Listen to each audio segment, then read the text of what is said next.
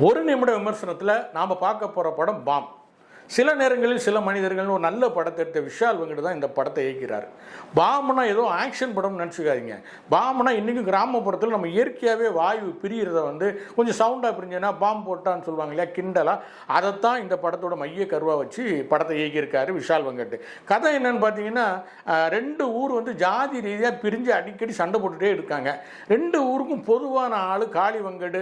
அது ரோடு வேணும், சாலை வேணும், கிணறு வேணும், தண்ணி வேணும்னு போராடிக்கிட்டு இருக்க. திடீர்னு ஒரு நாள் அவர் இறந்து போயிடுறாரு. அவருக்கு இந்த இயற்கை காற்று பிரிகிற, அதாவது குசு விடுற பழக்கம் அவருக்கு உண்டு. அடிக்கடி குசு விடுவார்.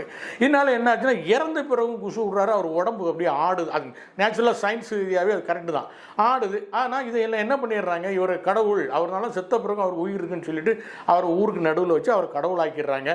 இந்த கடவுள் யாருக்கு சொந்தம், இந்த ஊருக்கு சொந்தமோ அந்த ஊருக்கு சொந்தமாங்கிற சண்டையில் கடைசியில் என்ன ஆகுது அப்படிங்கிறது அந்த படத்தோட கதை. ரொம்ப ஷாக்கான விஷயம் என்னன்னா, அர்ஜுன் தாஸ் அவர் ஆக்ஷன் ஹீரோ, ஸ்டைலிஷ் வில்லன் அப்படின்னு சொல்லிட்டு பரபரப்பாக வளர்ந்துகிட்டு இருக்க நேரத்தில் இந்த மாதிரி ஒரு படத்தில் ஒரு வெறும் அட்மாஸ்பியர் ஆர்டிஸ்டாக வந்துட்டு போகிறாரு. இந்த படத்தை மூட நம்பிக்கையில் நாங்கள் கிண்டல் பண்ணுறோம் அப்படின்னு சொல்லிட்டு இந்த படத்தை எடுத்திருக்காரு. ஆனால் மூட நம்பிக்கை இந்த படம் வளர்க்கு. படம் 3 நாள் 4 நாள் வச்சுருந்தா அழுகாதா, துர்நாற்றம் வீசாதா, 4 நாள் வச்சு கும்பிட்டுட்டு இருக்காங்க.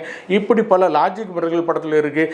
என்ன வெங்கட்டும் கொஞ்சம் சிரிக்க வைக்க ட்ரை பண்ணியிருக்காங்க, அங்கே சிரிக்க வைக்கிறாங்க. அதுதானே தவிர இந்த படத்தில் அதை தவிர வேறு எதுவும் இல்லை.